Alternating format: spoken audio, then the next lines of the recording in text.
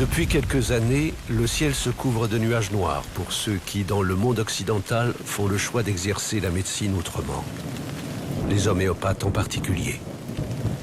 Les attaques d'une violence peu commune visent à exclure l'homéopathie du champ de la médecine. Voilà 2 siècles qu'elle dérange.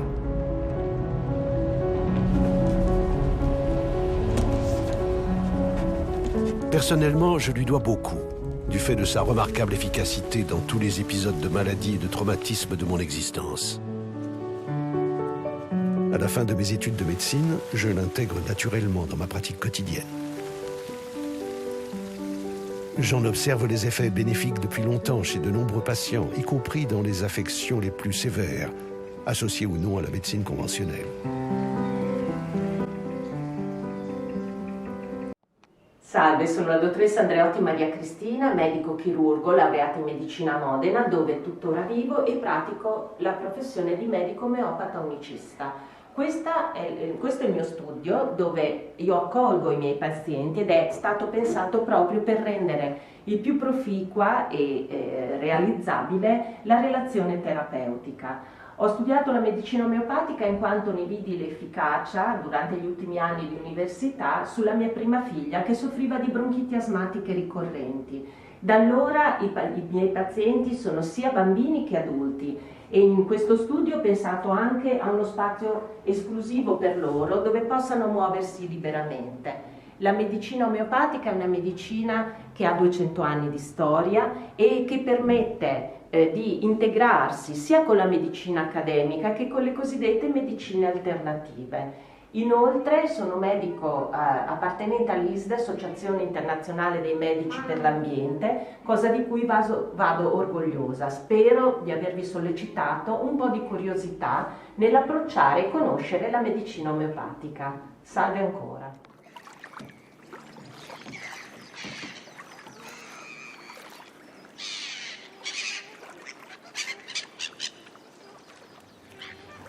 C'est un long parcours qui est tracé en fait un peu depuis mon enfance. J'ai eu des problèmes de santé assez sévères quand j'étais jeune et subi plusieurs interventions chirurgicales et tout naturellement, quand j'ai voulu choisir un choix de carrière après, je me suis dirigé vers la médecine. Et j'avais tellement fréquenté les hôpitaux que pour moi ça a été tout de suite la chirurgie. Donc voilà, je suis parti en chirurgie en Belgique, mais c'était la chirurgie digestive. Donc on faisait essentiellement du viscéral. Beaucoup de chirurgie de l'estomac, des appendicites, du foie, mais surtout beaucoup de cancérologie, donc une chirurgie de fin de parcours, presque de propreté. Et là, ça devenait extrêmement compliqué pour moi parce que je me disais, bon Dieu, en arriver là et faire uniquement ça comme type de formation, ça me plaisait pas tellement. Donc j'ai essayé de voir si on pouvait pas travailler un petit peu en amont pour éviter de voir des gens en fin de vie, comme ça, dans des états de dégradation importants, et voir s'il n'y a pas une autre technique pour leur éviter d'en arriver là.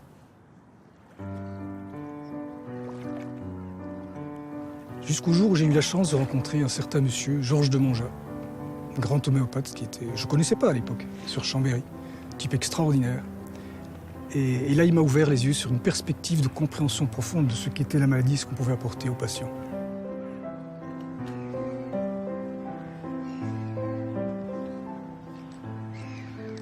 Au début, c'était assez compliqué parce que je ne savais pas très bien où j'allais en fait. Ce que je voulais, c'était une médecine qui soit plus humaine. Alors, je voulais quelque chose qui englobe plus l'énergie globale de l'individu. Le prendre dans son ensemble, à la fois avec sa maladie telle qu'il la présente, mais à la fois avec son mental, son psychisme qui accompagne. Parce que, en avançant, j'ai fini par comprendre que finalement, c'était une perturbation complète de l'énergie qui faisait qu'on tombait malade. En quelque sorte, la maladie n'est jamais que l'expression à travers le corps de quelque chose qui est perturbé en nous-mêmes. Donc, quand les patients nous amènent des symptômes, voire des pathologies, on prend ça un peu comme des pièces de puzzle qui nous amènent les unes à côté des autres. Et moi, les pièces de puzzle, je les mets ensemble. Et j'essaye de comprendre à travers toutes ces pièces que je mets les unes à côté des autres, mais qu'est-ce que ce patient essaye de me dire à travers sa pathologie, à travers ses symptômes, à travers sa maladie.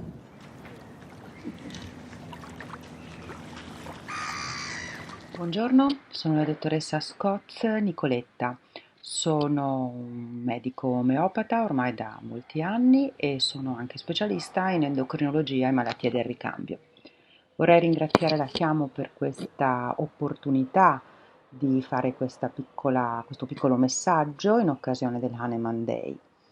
Io sono omeopata ormai da molto tempo, da quando, curandomi dal primo medico omeopata che ho incontrato, la dottoressa Bovina, ho deciso che era la forma di medicina che più in quel momento apprezzavo e mi sarebbe interessato studiare, e ho quindi frequentato anche la sua scuola quando ancora ero una studentessa di medicina. Dopodiché mi sono specializzata in endocrinologia e malattie del ricambio, ho continuato comunque ad approfondire l'omeopatia attraverso corsi e seminari. Per molto tempo ho fatto parte dell'associazione Centaurea, l'associazione per lo studio e la divulgazione della floriterapia, e ormai da più di 20 anni insegno anche medicina interna presso la scuola di osteopatia CIO di Parma. Vorrei onorare questa giornata leggendo un piccolo paragrafo dell'Organon, quello per me veramente fondamentale fin dall'inizio della mia pratica, dove si cita: scopo principale ed unico del medico è di rendere sani i malati, ossia, come si dice, di guarirli.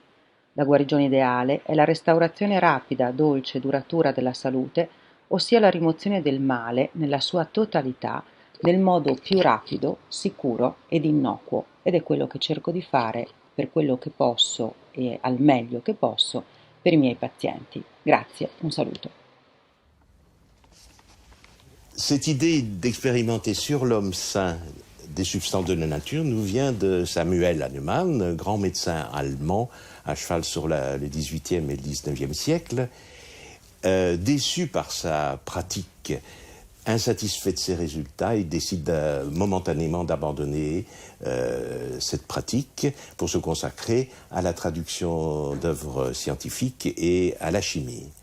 Lisant la matière médicale de Cullen, il tombe sur l'écorce de quinquina, qui était un grand médicament utilisé pour les fièvres à l'époque, et l'idée lui vient d'expérimenter, lui, en pleine santé, cette substance, et il s'aperçoit qu'il se crée un état fébrile de fièvre avec quantité de symptômes qui ressemble étrangement à un état d'impaludation. Il va donc répéter cette expérience. Il va la répéter sur son entourage et il va également commencer à tester des tas d'autres substances naturelles. Aujourd'hui encore, on expérimente, on teste des milliers de substances de par le monde. Saluto tutti quelli che mi ascoltano, mi chiamo Ruggero Alberto Consarino e faccio il ginecologo in provincia di Modena, a Carpi, nella struttura pubblica. Faccio il ginecologo da tempo immemorabile. La ginecologia è la medicina dell'origine, del principio, della riproduzione della nascita e di tutto l'arco di vita della donna. È davvero difficile non accorgersi dei legami fra le componenti neurologiche, endocrine, metaboliche e psichiche. Basti pensare alle mestruazioni segnate dal ritmo lunare per comprendere quanto sia manifesta l'integrazione fra esseri viventi e universo.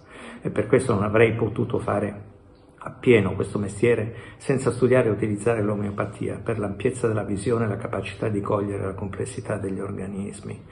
Le donne cercano infatti un ginecologo omeopata per questa consapevolezza di non volere sostituire o sopprimere delle attività funzionali dell'organismo, ma desiderano riattivare in modo armonico e bilanciato il loro stato di salute per recuperare l'equilibrio. Vogliono restare se stesse pretendendo tutto il rispetto che la cura omeopatica sa dare. Insomma, ho un gran privilegio e spero di avere sempre fino in fondo lo stesso entusiasmo per fare questo mestiere. Grazie. Toute substance capable de faire apparaître chez un individu sain des symptômes est susceptible de faire disparaître des symptômes semblables chez un sujet malade. Les semblables guérissent par les semblables.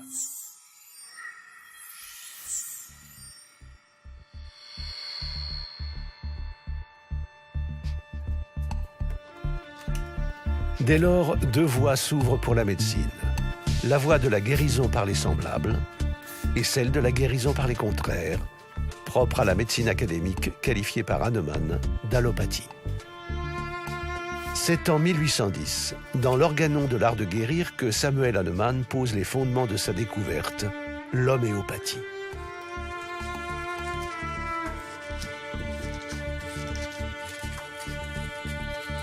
Fin connaisseur de la toxicologie, chimiste reconnu, il expérimente la dilution des substances afin d'annuler leur toxicité.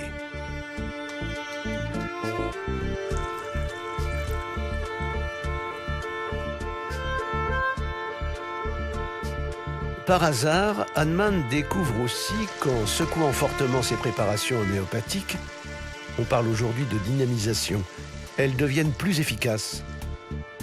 Il élabore de ce fait un mode de fabrication des médicaments qui, bien que modernisé, suit encore aujourd'hui la même procédure.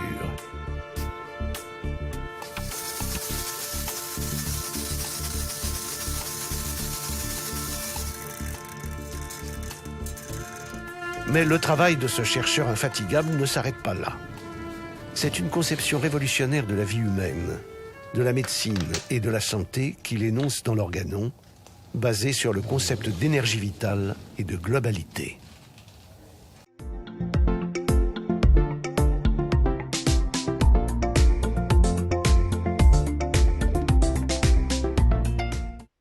Sono Giovanna Gallerani, pediatra, neuropsichiatra infantile e soprattutto omeopata in San Lazzaro di Savena, Bologna. L'omeopatia per me è stata il ponte che mi ha fatto andare oltre la pediatria e la neuropsichiatria, facendomi comprendere e colmare un vuoto appunto nella comprensione del bambino dal concepimento all'età adulta, cioè nella sua continuità.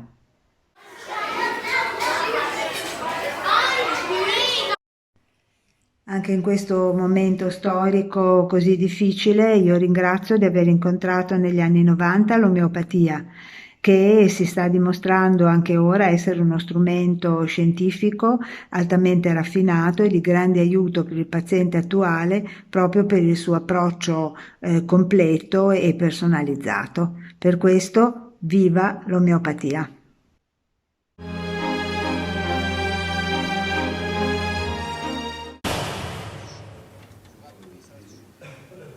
En 1835, Hahnemann s'installe à Paris. Sa vision novatrice et les nombreux succès thérapeutiques de l'homéopathie font sa notoriété. Les guérisons nombreuses et retentissantes de Hahnemann lui valent l'animosité de ses confrères. L'Académie de médecine va jusqu'à demander au ministre Guizot d'interdire en France la pratique de l'homéopathie. Guizot a la sagesse de ne pas donner suite à cette requête. Sa réponse aux détracteurs pourrait faire sourire. Si l'homéopathie est réellement inefficace et sans fondement, nul besoin de l'interdire, elle disparaîtra d'elle-même. Alors ça, c'est hallucinant.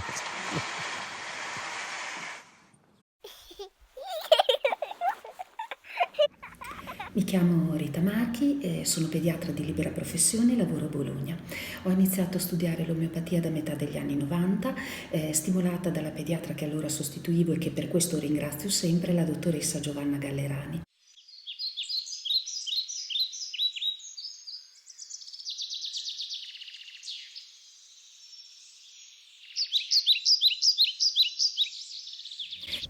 Amo l'omeopatia perché è una medicina centrata sulla persona. La considera in tutti i suoi aspetti. È una medicina scientifica basata su principi e leggi, che ha lo scopo di riportare la salute nell'organismo nella maniera più rapida, dolce e duratura possibile. Citazione di Hahnemann, il fondatore dell'omeopatia, paragrafo 2 dell'Organon.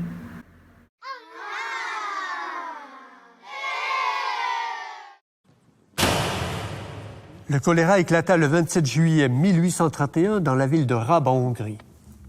Le nombre des malades augmenta avec une telle rapidité que bientôt tout homme de l'art fut occupé nuit et jour. Ils rivalisèrent de zèle pour traiter et sauver leurs malades après divers systèmes. Mais malgré leurs efforts, les résultats obtenus ne furent pas heureux. Dans cette terrible maladie, comme dans toute autre, l'homéopathie s'est montrée miraculeuse. Vers le début du 19e siècle, à partir des années 1830, le choléra va ravager toute l'Europe. Dans la littérature, on trouve de nombreux témoignages de médecins, d'officiers de santé venant d'Italie, de Hongrie, de Russie, alors que la mortalité est de 50%, avec l'homéopathie, on n'enregistre que 5 à 10% de décès. À partir de là, l'homéopathie rentre à l'hôpital et va se répandre dans le monde entier.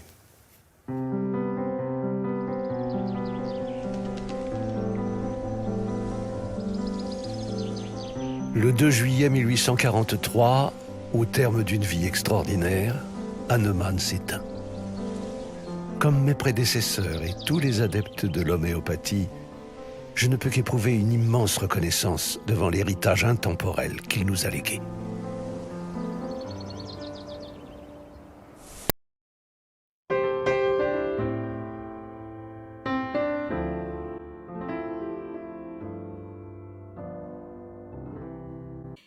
Buonasera, mi chiamo Patrizia Tonini, sono medico chirurgo, specialista in pediatria, lavoro a Castenaso, provincia di Bologna e sono omeopata dall'83, ovvero dall'anno prima di laurearmi in medicina. L'approccio alla medicina omeopatica mi ha consentito di vedere le persone nella loro interezza e come esseri unici, e questo per me è estremamente importante.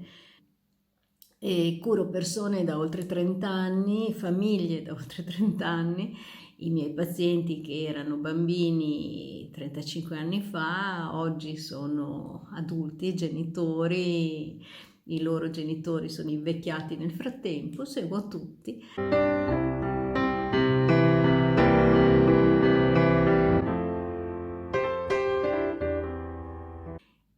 Ritengo sia molto importante anche sottolineare che l'utilizzo della terapia omeopatica non prescinde dall'utilizzo di quella tradizionale qualora questa necessiti.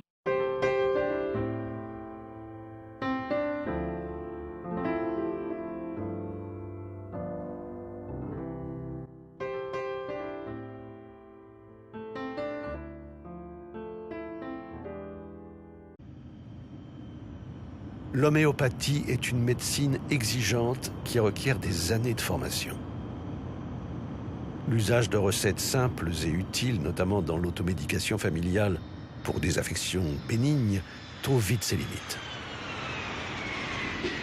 En Inde, l'homéopathie est plébiscitée par 200 millions de personnes. Elle y connaît, dans le sillage de Gandhi, un développement et une vitalité sans équivalent.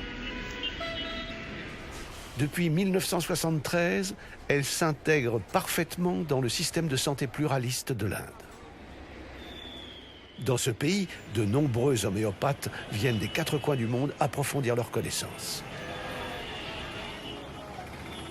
C'est ici que je trouve un début de réponse à une question essentielle.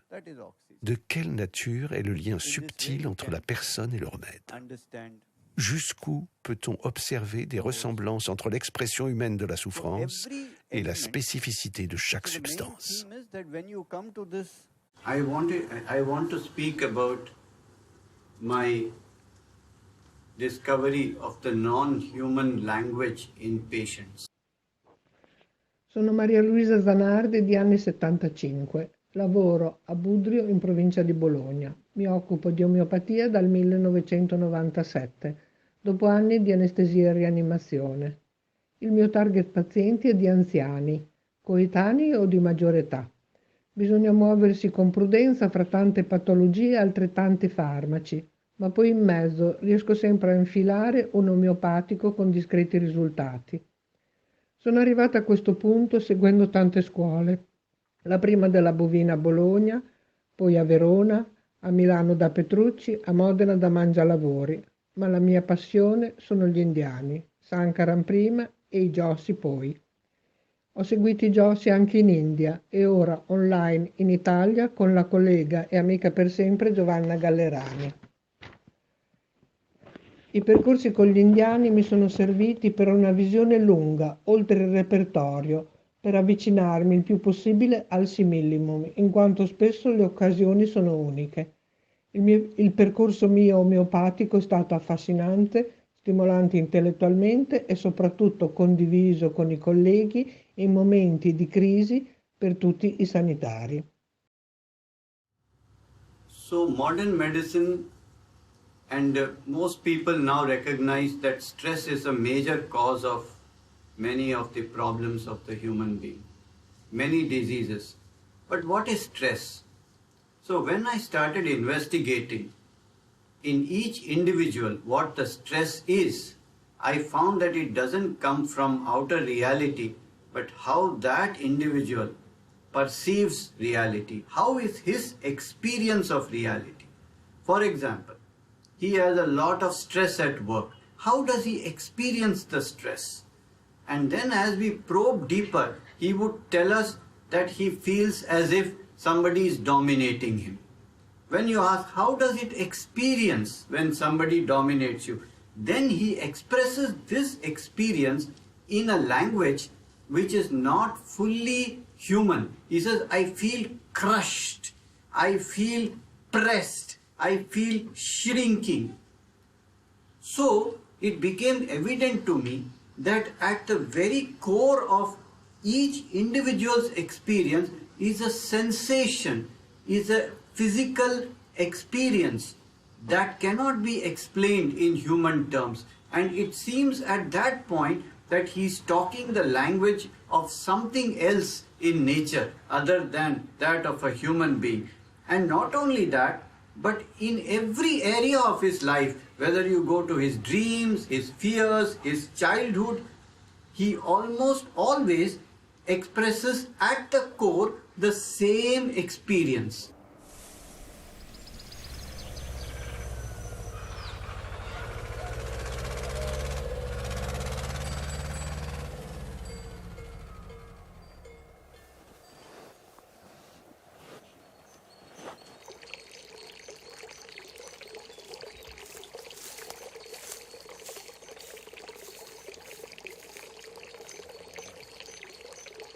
Moi, ce qui me fascine avec l'homéopathie, c'est que je crois que justement, on est plus dans une approche de médecine traditionnelle, c'est-à-dire qu'en utilisant nos remèdes qui sont des végétaux, des animaux, des minéraux, et en voyant le lien qu'il y a entre la vie d'un animal et les symptômes pathologiques associés au remède animal, ou la biologie d'une plante, la vie de cette plante, et qu'on le rapporte aux symptômes qui vont apparaître dans la pathogénésie, donc dans les symptômes qu'on va guérir chez le patient avec cette plante, il y a une vraie cohérence. C'est comme si on s'intégrait dans une espèce de cosmogonie, une vraie cohérence, une vraie beauté en fait, et une vraie émotion. Et ça, c'est vraiment aujourd'hui ce qui me porte le plus dans cette démarche, quoi.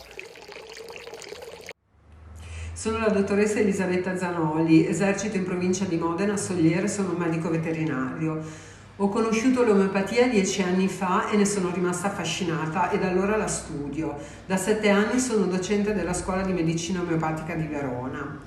Ho scelto l'omeopatia come metodo terapeutico perché non interviene in modo aggressivo sopprimendo il sintomo, ma contribuisce a ridare la forza all'organismo perché si rimette in equilibrio e rispetta tutti i livelli dell'essere vivente. Ogni successo che ottengo ripristinando lo stato di salute degli animali che ho in cura è un piccolo miracolo per me e i miei pazienti. Surtout que tu as des résultats dans l'heure, hein, souvent. Donc, Et à chaque fois, quand tu prescris un remède et que ça marche, enfin pour moi en tout cas, ça fait 30 ans que c'est d'émerveillement, quoi.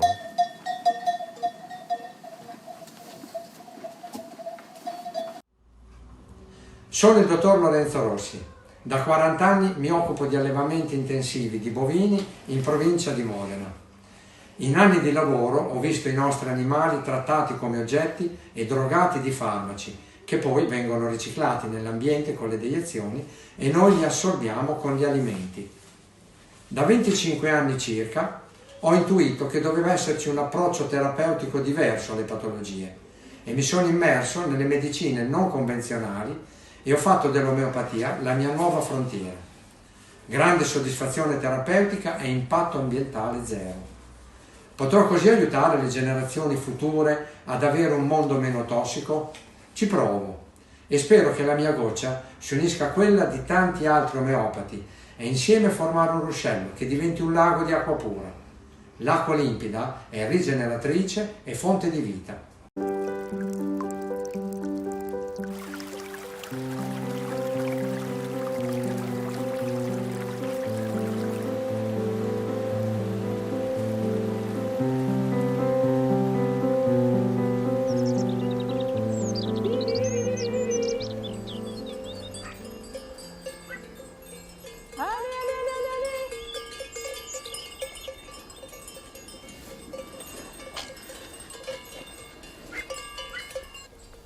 Il va manger, toi.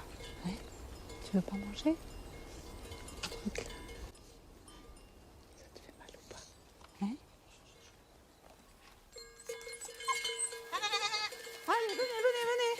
Sono la dottoressa Giovanna Vivani, medico veterinario esperto in omeopatia. Ho conseguito il primo diploma in omeopatia veterinaria nel 1997 alla scuola del dottor Francia e successivamente nel 2001 alla scuola del dottor Massimo Mangialavori. Sono felice della mia scelta di praticare l'omeopatia perché mi ha permesso in oltre 20 anni di curare animali con patologie acute gravi, ma anche e soprattutto con patologie croniche che spesso avrebbero avuto la prospettiva di vivere con il costante uso di farmaci, ad esempio i cani epilettici o gli animali affetti da allergie o da patologie autoimmuni. L'omeopatia ha stupito anche me per i risultati che ho conseguito senza nuocere in alcun modo. L'omeopatia mi permette di curare gli animali con rispetto e dolcezza, così ho realizzato il mio più grande sogno. Pour tous ceux qui l'ont étudié sérieusement, cette approche fait partie des alternatives possibles à une antibiothérapie dont l'usage abusif est désormais reconnu comme dangereux. Son efficacité sur le terrain dans les affections les plus graves ne remet-elle pas en cause l'argument simpliste et réducteur d'un effet placebo? L'effet placebo, on a beaucoup parlé de l'effet placebo, effectivement. Mais nous, soignant des animaux avec des propriétaires avertis, on se rend compte, et là il faut rentrer dans les échecs. On a des échecs, et on a beaucoup d'échecs. On a aussi beaucoup de succès. Par exemple, quand on lutte contre les avortements, on s'aperçoit qu'un avortement dû à une grande frayeur parce qu'il y a une attaque de chien errant ou de loup, et on donne aconite en dilution élevée, et on s'aperçoit que les avortements se calment. Et les brebis, elles ont reçu leur ration journalière, quotidienne, exactement de la même façon. La seule chose qui a changé, c'est qu'on a pulvérisé quelques gouttelettes du remède dilué et dynamisé sur le fourrage. Personne n'en sait rien. L'éleveur le sait, c'est tout.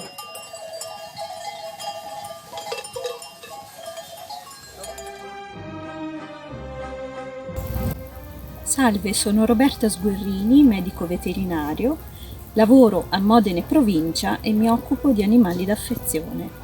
Nella mia pratica quotidiana propongo percorsi terapeutici che includono l'omotossicologia o l'omeopatia classico-unicista. Do molta importanza al benessere psicofisico del paziente, alla sua alimentazione e allo stile di vita dettato dal tipo di convivenza con la sua famiglia umana. Spesso il primo passo verso la guarigione è la rimozione dell'ostacolo alla cura, come afferma Hahnemann nel paragrafo 252 dell'Organon. Per questo è mio compito aiutare i proprietari a comprendere i reali bisogni del proprio animale ed iniziare insieme un percorso che possa migliorare la qualità di vita e restituire uno stato di salute e vitalità. La médecine moderne est devenue et devient une médecine très technologique, de plus en plus technologique, ce qui ne veut pas dire qu'elle est inefficace. Je ne suis absolument pas un détracteur imbécile de l'allopathie, mais par contre, c'est une médecine qui se détache de plus en plus, de par son aspect technologique et de par ses idées de protocole, de procédures, etc., elle est en train de se détacher de plus en plus du vivant.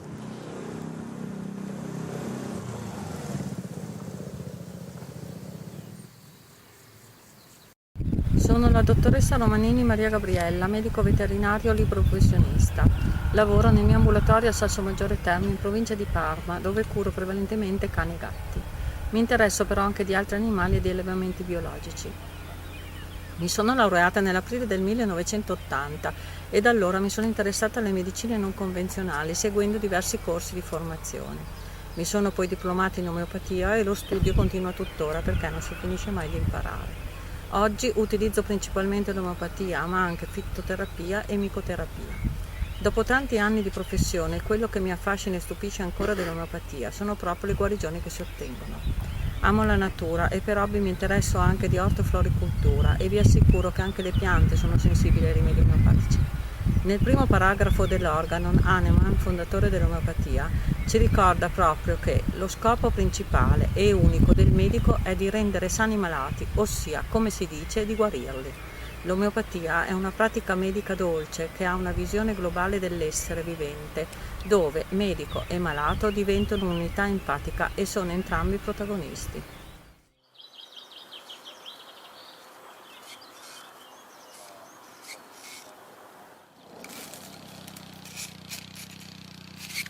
Un autre domaine plus confidentiel, en phase d'expérimentation, est l'utilisation de l'homéopathie sur les plantes et les cultures. Des femmes, des hommes, agriculteurs cherchent des alternatives efficaces et durables, comme ici, dans le département de la Drôme. J'avais jamais fait la relation avec le végétal ni l'animal, comme si tout était cloisonné. Et j'ai découvert ça et je me suis dit, mais pourquoi pas le végétal? Et donc je suis là parce que je veux apprendre. On utilise l'homéopathie aussi bien au niveau familial que pour les animaux qui sont sur la ferme depuis très très longtemps. Et suite à l'invasion de la pyrale du buis l'an dernier, on a fait plusieurs essais pour essayer de gérer cette invasion, dont de l'homéopathie, conjointe à d'autres expériences sur des moyens physiques qui sont l'utilisation de nettoyeurs de pression pour faire tomber les chenilles, ou bien du bacille thuringiensis. Et en fait, on a eu des résultats très très intéressants aussi bien dans les trois méthodes, dont l'homéopathie. Si on prend par exemple la rouille des céréales. La rouille des céréales, on peut utiliser belladonna, mais on peut utiliser aussi aconite. L'aconite aussi est efficace. Mais dans quel cas on va utiliser belladonna et dans quel cas on va utiliser aconite, ça, il faut avoir le coup d'œil. Les produits chimiques, généralement, quelques jours après le traitement, les feuilles se dessèchent et soit restent accrochées aux branches, soit elles tombent par terre. Donc on tue, alors que là, avec l'homéopathie, on n'a pas tué les feuilles. Les feuilles continuent à faire leur fonction.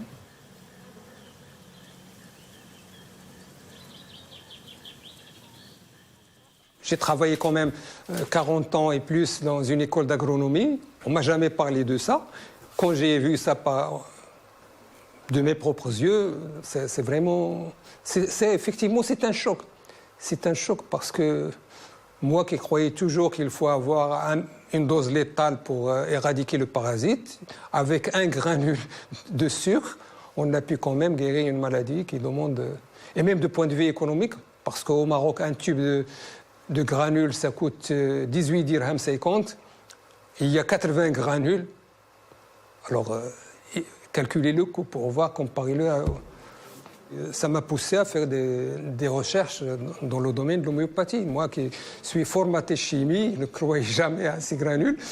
Quand j'ai vu l'efficacité, parce qu'on dit toujours que c'est un effet placebo. Mais la plante, est-ce qu'il a un effet placebo? Partout dans le monde, on a fait des recherches sur le fusarium. C'est une maladie très très grave parce qu'en un siècle, il a détruit quand même les 3/4 de la palmeraie marocaine. Ce qui fait que l'alternative que nous avons choisie, c'est de reproduire le palmier par voie génétique, essayer de trouver des variétés résistantes. Alors nous, en homéopathie, on a essayé sur le fusarium une dizaine de remèdes et nous avons quand même un résultat pour 5 remèdes.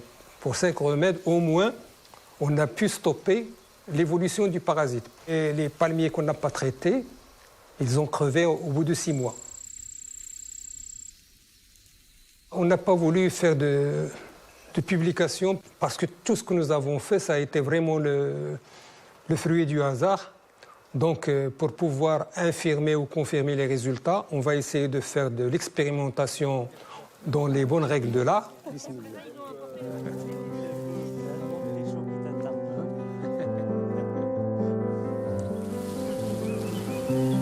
À l'heure où des voix s'élèvent pour dénoncer les effets ravageurs de certains pesticides sur l'homme, la faune et les sols, je rêve un instant de voir l'homéopathie contribuer à la révolution agroécologique en cours, plus que jamais nécessaire à notre survie. Malheureusement, une réalité bien plus sombre se profile. Il y a urgence. L'Organisation mondiale de la santé tire la sonnette d'alarme. Des bactéries résistent aux antibiotiques les plus puissants. La croissance exponentielle des maladies chroniques et des cancers menace la pérennité des systèmes de santé.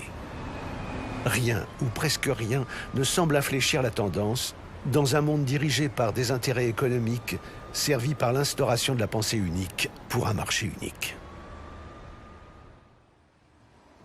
Sono Renata Calieri e sono farmacista esperta in omeopatia.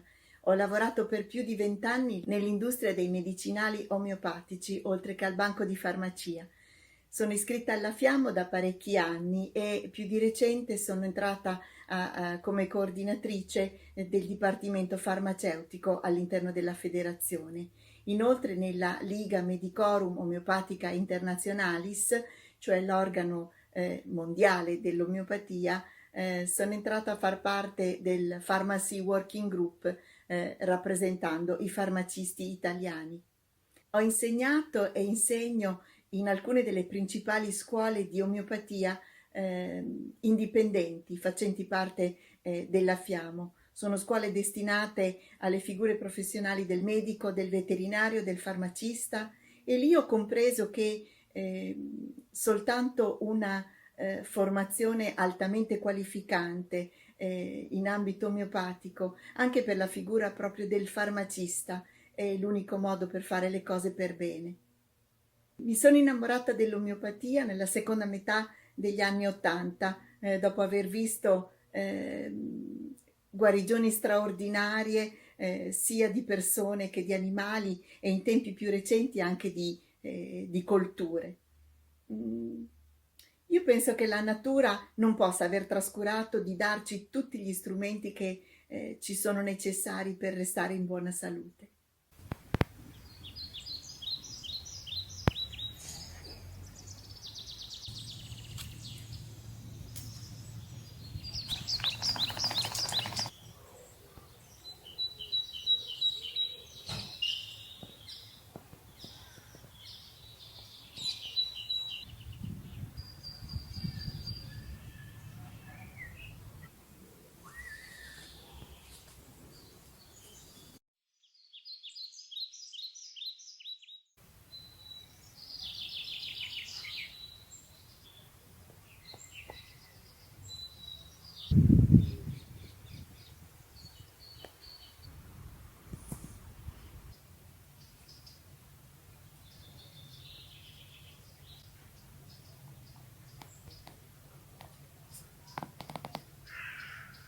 Lei è la Sherry, curata esclusivamente con l'omeopatia, con l'aiuto della dottoressa Giovanna Maria Vivani, veterinaria a Minerbio, qui in provincia di Bologna.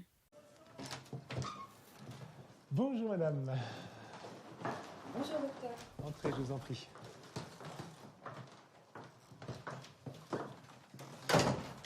Alors, comment ça se passe? Alors écoutez, ça se passe plutôt bien. Rappelez-moi, ça fait combien de temps qu'on vous a fait le diagnostic? Ça fait 4 ans à quelques jours près ce mois-ci. Quelques jours près. Voilà. C'était quand? C'était le 23 juin 2013. Puis le verdict est tombé. On a cancer de l'ovaire avec carcinose péritonéale.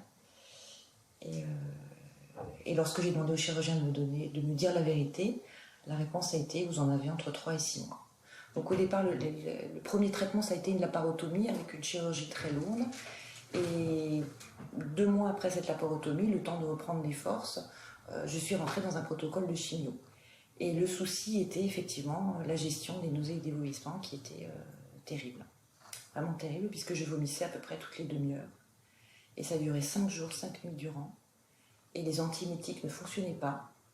Et donc c'est dans cet état désespéré que je me suis tournée vers l'homéopathie, moi qui suis tellement cartésienne. Les nausées étaient terribles, ça n'a pas été évident pour vous non plus de les résoudre, puisqu'il a fallu tâtonner, trouver quels étaient les granules qui me convenaient. Rappelez-moi, je me souviens, il y a un symptôme tout à fait particulier que vous m'aviez raconté à l'époque. Voilà, alors je vous ai dit que je ne supportais, mais vraiment de ne rien prendre dans la bouche, pas même un brumisateur sur les lèvres. Le simple fait de brumiser de l'eau sur les lèvres et de sentir ces petites gouttes d'eau arriver dans ma bouche provoquait un vomissement. Et c'est ce symptôme qu'on avait retenu là. Voilà, tout à fait. Du coup, vous aviez creusé ce symptôme-là et on avait testé d'autres possibilités homéopathiques et c'est là qu'on a commencé à voir les premiers effets. Et donc on a réussi à réduire les vomissements. C'est ça. Et puis ce médicament, on l'a utilisé assez longtemps, je crois, pour l'état général. Tout à fait, ouais, tout à fait. À peu près les 2 premières années de la maladie sûre. Voilà, je crois 2 ans et demi, pendant 2 ans et demi à peu près. Mon expérience m'a amenée à rencontrer le monde de l'allopathie avec les oncologues, leur mode de fonctionnement, le milieu hospitalier dans le traitement du cancer, et puis aussi l'homéopathie dans ces soins de support qui peuvent être proposés aux malades. Et j'avoue que j'en retiens 2 choses en tout cas. Première chose, c'est que ces 2 mondes sont totalement complémentaires. Moi, je n'envisage pas de poursuivre mes traitements les uns sans les autres. Si je suis encore là maintenant, c'est grâce à ces 2 mondes, à la mutualisation des savoirs et des possibilités de ces 2 mondes. Ça, je pense que c'est très important. Et j'avoue que ce qui m'a aussi surpris, c'est que ces 2 mondes sont complémentaires, mais sur une autre thématique. Lorsque je suis dans les services d'oncologie, j'ai le sentiment qu'on soigne ma pathologie, mais lorsque je suis chez mon homéopathe, j'ai le sentiment qu'on soigne à la fois ma pathologie, mais aussi le malade que je suis. Si mon désir était de faire connaître et partager l'intérêt de cette autre voie, l'écriture de ce film m'a permis de découvrir et rencontrer des personnes qui m'ont nourri de leur expérience et de leur humanité. L'homéopathie questionne les limites d'un savoir largement insuffisant face à la complexité du vivant et à ses capacités insoupçonnées d'auto-guérison. Je crois qu'elle reste une alternative possible, voire nécessaire, face aux défis écologiques et sanitaires qui s'annoncent.